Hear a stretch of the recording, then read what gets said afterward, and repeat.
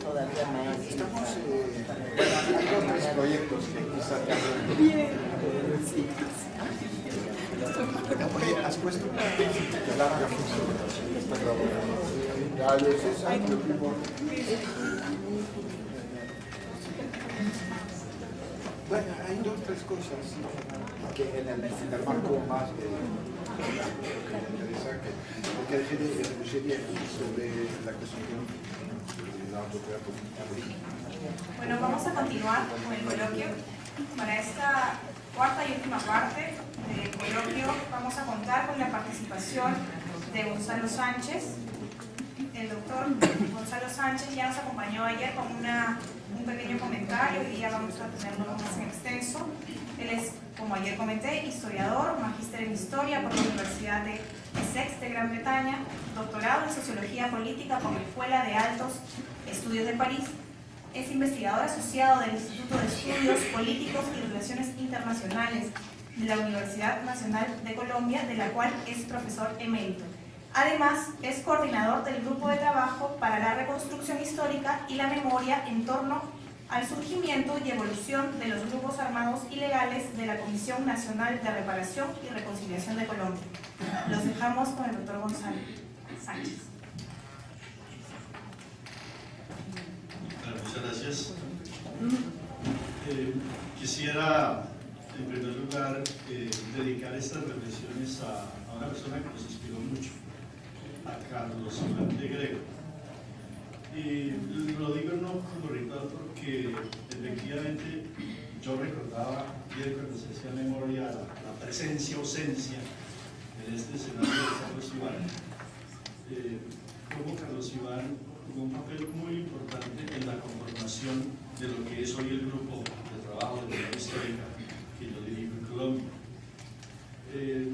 Para darles una anécdota, a mí me viene a la memoria una escena como esta, cuando estábamos defendiendo nosotros la propuesta inicial de trabajo que llamábamos Plan Estratégico de Reconstrucción de Memoria Histórica, que había que defender ante la plenaria de la Comisión y el vicepresidente de la República.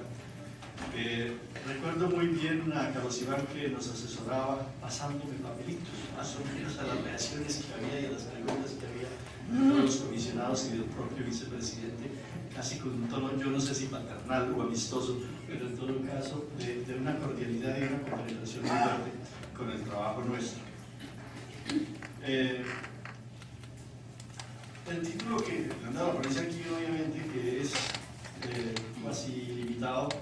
Yo había planteado inicialmente un título un poco más modesto que era Memoria del conflicto en Colombia, tensiones entre demanda social e institucionalización. Podría ser como una línea de reflexión, en parte a la cual hice alusión en el día de ayer, pero hoy todavía me bajaría más a ser un poco más modesto también en lo que voy a presentar, y sería como elementos sobre la instalación de la memoria y la sociedad en Colombia. Primer punto, y van a ser unos puntos muy rápidos y formulados de manera muy categórica. Primera constatación: tiempos de memoria, tiempos de víctimas. Las víctimas tienen una nueva presencia en la escena pública. Y el tema de las víctimas, por supuesto, en el caso colombiano, está ligado indefectiblemente al tema del conflicto armado. Es decir, es así de simple. La historia del conflicto, de las guerras, por lo menos en Colombia, no siempre ha sido escrita en clave de víctimas. En efecto, tanto en los estudios históricos como en los jurídicos sobre las guerras civiles del siglo XIX, y para los que no conocen la historia colombiana, yo creo que por acá está y nos puede hablar muchísimo sobre esto. Colombia, se dice, tuvo unas 14 guerras civiles en el siglo XIX en Colombia, y en el siglo XX pues, tiene el gran periodo que llamamos de la violencia, de los años 40, 50 hasta mediados de los años 60, y a partir de los años 60 comienza lo que se llama la guerra insurreccional contemporánea. ¿Sí? Es realmente un tema mayúsculo en Colombia el tema de la guerra. Entonces, tanto en esos estudios históricos como en los jurídicos sobre la guerra del 19 y buena parte del 20, las víctimas eran relativamente invisibles en el discurso de la guerra. solo aparecían de cuerpo entero los contendientes. Y si había normas, eran para proteger a los contendientes de los abusos de su contraparte. Es decir, todo el tema de la regulación de la guerra irregular, para lo cual Colombia es también extremadamente rica. Las reglas de la guerra eran para los guerreros, era para ellos protegerse de los abusos recíprocos. Las víctimas eran consideradas como los muertos naturales o inevitables de la guerra. El legado colombiano sobre delito político, amnistías, perdones y regulaciones de la guerra irregular es notable en el contexto latinoamericano, llegando incluso a las amnistías recíprocas, yo te amnistío, tú me amnistías, y a las amnistías incluso por los delitos comunes, en el caso del siglo XIX, delitos comunes cometidos en el curso de la guerra. Es decir, en cierta manera uno podría decir que en el siglo XIX colombiano la presencia abultada de la guerra le da una significación enorme al contenido y a las definiciones del delito político. Y el delito político se convertía en una especie de manto protector de otros delitos, porque se los asimilaba, se los entroncaba, se los adicionaba. En contraste con ese legado, en la era contemporánea se ha producido la irrupción de pleno derecho en el teatro de la guerra de un tercer actor, el tercero civil, las víctimas. A diferencia también de nuestra tradición secular, hoy existe una preocupación mayor por las consideraciones, reconocimientos y protección a las víctimas que por las consideraciones a los actores de la guerra, por más políticos que ellos sean. Es decir, se invirtió la mirada, culturalmente y políticamente, la mirada sobre la guerra. Si el peso estaba puesto primero sobre los contendientes, hoy está puesto sobre las víctimas. Hoy se piensa más, por lo menos más que antes, en la memoria, en los derechos y en las reparaciones a las víctimas, que en las buenas o malas intenciones de los perpetradores, si se les daba o no trato preferente, el carácter altruista del delincuente político, etc. Por eso, y no solo en Colombia, más que de los actores, sus estrategias, sus propósitos políticos, las comisiones de verdad nos hablan hoy de patrones de violaciones de los derechos humanos esencialmente. Esa tiene que ser la columna vertebral de las comisiones de la verdad. En últimas, como lo ha señalado un historiador del Holocausto, la memoria es una forma de justicia y de reparación a las víctimas. Al final de las guerras, ya no se trata solamente de determinar quiénes fueron los perdedores y quiénes los vencedores, sino también quiénes son acreedores al estatus de víctimas para efectos de la reparación, tanto simbólica, actos de reconocimiento, de perdón, museos, etcétera, etcétera, como material. Esta centralidad de las víctimas responde a un doble giro, un giro en el plano epistemológico y otro en el plano político. Segundo punto, el encuentro del tema de las víctimas con el tema de la memoria.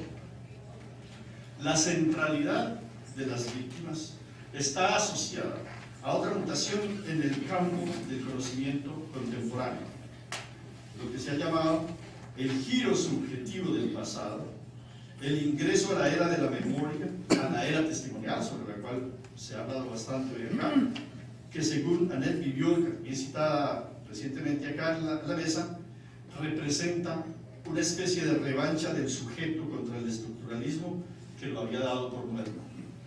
Este giro es presentado incluso como una forma de democratización de la historia, o a la inversa, empieza también como la pérdida del monopolio del relato por parte de los historiadores. Este giro está muy claramente plasmado por Thomas Burgenthal de la Comisión de la Verdad del Salvador, cuando afirmaba que en el informe, su informe, tenía que ser una especie de gran acta, el acta del largo sufrimiento de El Salvador a raíz de su violencia interna.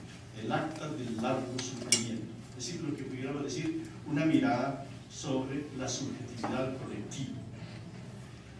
En esta perspectiva, a su vez, de la subjetividad implica, o exige, por un lado, el reconocimiento y la valoración del testimonio directo, pero con muchas salvedades o con muchas precauciones, algunas de las cuales también se han mencionado aquí. La primera, aceptar que la condición de víctima es una condición transitoria, o que coexiste esa condición con otros espacios, con otras presencias en la escena social, donde esa víctima es o puede ser protagonista. La segunda, que el universo de las víctimas es tremendamente heterogéneo y sus modos de enfrentar la violencia o procesar el trauma son muy variados. Que unos aceptan hablar y otros no. Que unos quieren hablar en primera persona y otros no, por pudor o porque no quieren ejercer presiones con su propia condición de víctimas. Prefieren narrar en tercera persona. Que a menudo la misma víctima en distintas horas, días o épocas puede relatar versiones muy diversas sobre los acontecimientos, que en algunas ocasiones pueden abultar los episodios y en otras minimizarlos, etcétera, etcétera. Es decir, que la víctima no puede ser naturalizada y que el testimonio es también objeto de crítica. Es decir, frente a toda esta tendencia, digamos, de la sacralización del testimonio. Yo hice una pequeña reflexión en un artículo que salió en la revista colombiana que se llama Análisis Político, contraponiendo en otro escenario que me ha inspirado mucho para estas reflexiones, tres líneas paralelas de vida y de relatar la experiencia del trauma frente al Holocausto.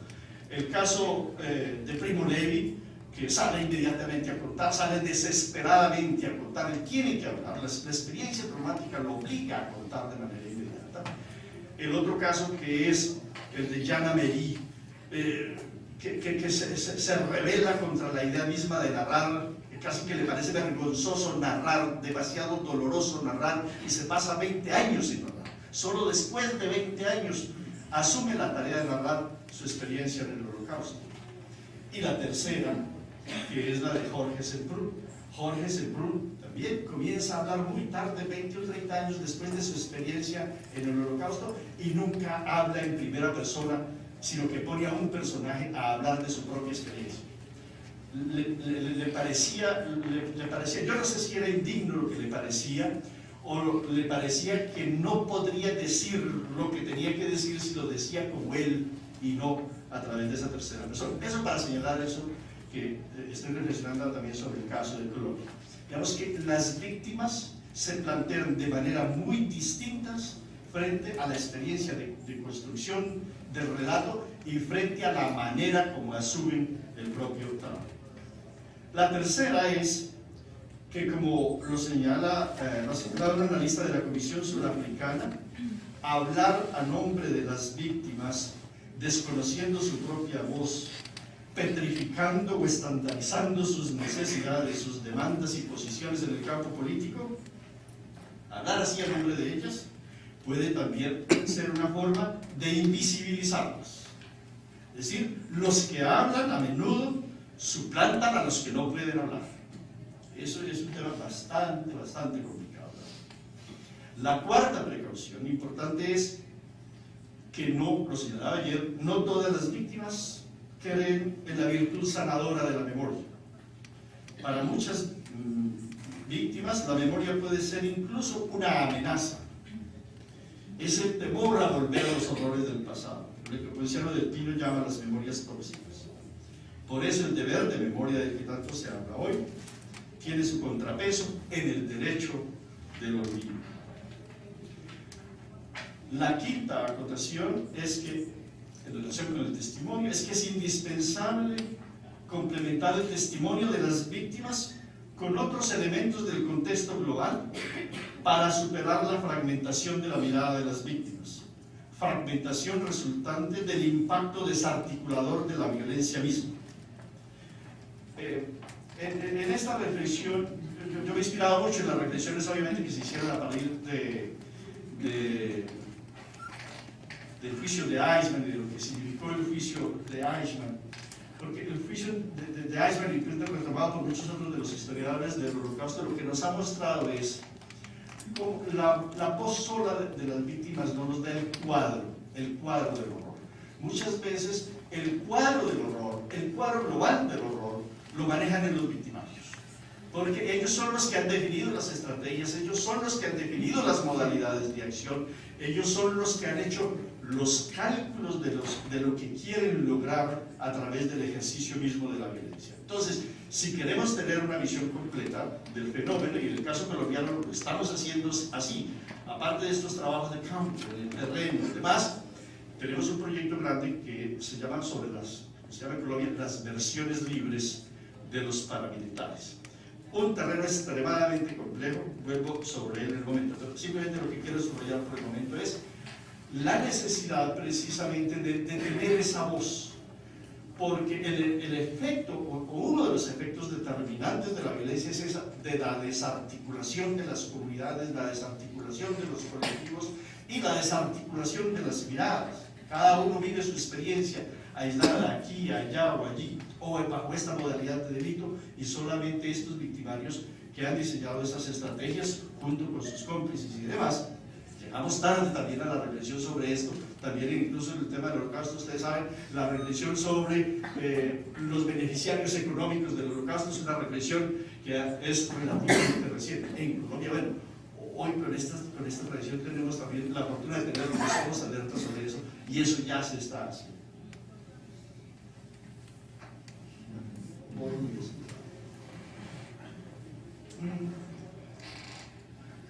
Siguiente punto, la reactivación de las memorias en el escenario colombiano. El debate, pues, por la memoria tiene una historia larga, en el caso colombiano, ligada a este proceso de emergencia de las víctimas, pero se ha reactivado de manera ruidosa en el presente con temas relativos a la actualidad política que tienen que ver con unos grandes episodios de gran sensibilidad pública en Colombia. Uno, el escrutinio jurídico o histórico de casos aparentemente sellados, ya clausurados, como lo que se llama en Colombia el Holocausto del Palacio de Justicia, que para los que no recuerdan se trata de una toma guerrillera a la Corte Suprema, y hay una retoma por parte del ejército, y en esa retoma muere prácticamente casi toda la corte constitucional. Los más prestigiosos realmente abogados en ese momento del país murieron en esa tragedia. Y recientemente hubo un informe, una comisión de la verdad creada especialmente para reconstruir esos episodios.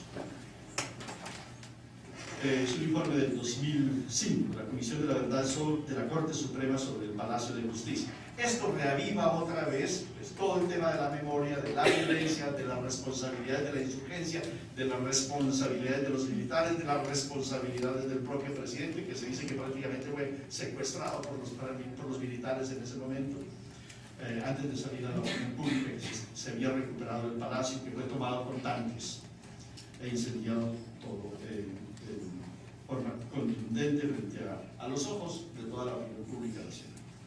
Es un primer elemento, es que reactiva, es decir, un episodio que mueve otros, Segundo gran episodio, el contencioso aún no resuelto, con la Unión Patriótica en Colombia, en instancias internacionales. Como ustedes saben, uno de los efectos más catastróficos de la violencia en Colombia de los 80 para acá fue la liquidación de un movimiento de oposición política a la Unión Patriótica, un movimiento que había surgido de los procesos de negociación con la insurgencia, con las FARC particularmente, en los años 80. Hoy está demostrado, son 3.000 o 4.000 militantes de esa agrupación política. El caso está ante la Corte Interamericana de Derechos Humanos en este momento. Hubo un primer fallo ya importante en este momento que tiene que ver con el líder de la Unión Patriótica, Manuel Cepeda, en ese momento senador de la República, en ese momento asesinado por agentes del Estado colombiano. Entonces, otra vez también, este tema... En la última parte del coloquio vamos a contar con la participación de Gonzalo Sánchez. El doctor Gonzalo Sánchez ya nos acompañó ayer con un pequeño comentario, hoy día vamos a tenerlo más en extenso. Él es, como ayer comenté, historiador, magíster en historia por la Universidad de Essex de Gran Bretaña, doctorado en sociología política por la Escuela de Altos Estudios de París. Es investigador asociado del Instituto de Estudios Políticos y Relaciones Internacionales de la Universidad Nacional de Colombia, de la cual es profesor emérito. Además, es coordinador del Grupo de Trabajo para la Reconstrucción Histórica y la Memoria en torno al... Voy a facilitar. Todavía más. Estamos, hay dos o tres proyectos que quizás... Bien. Sí. Oye, ¿has puesto? La función. Ya, César, lo primero. Bueno, hay dos o tres cosas que en el marco más de interesante, porque sería sobre la cuestión de la autoridad política. Bueno, vamos a continuar con el coloquio para esta cuarta y El vicepresidente, casi con un tono, yo no sé si paternal o amistoso, pero en todo caso de una cordialidad y una compenetración muy fuerte con el trabajo nuestro. El título que le han dado a aparecer aquí, obviamente, que es casi limitado. Yo había planteado inicialmente un título un poco más modesto, que era Memoria del conflicto en Colombia, tensiones entre demanda social e institucionalización.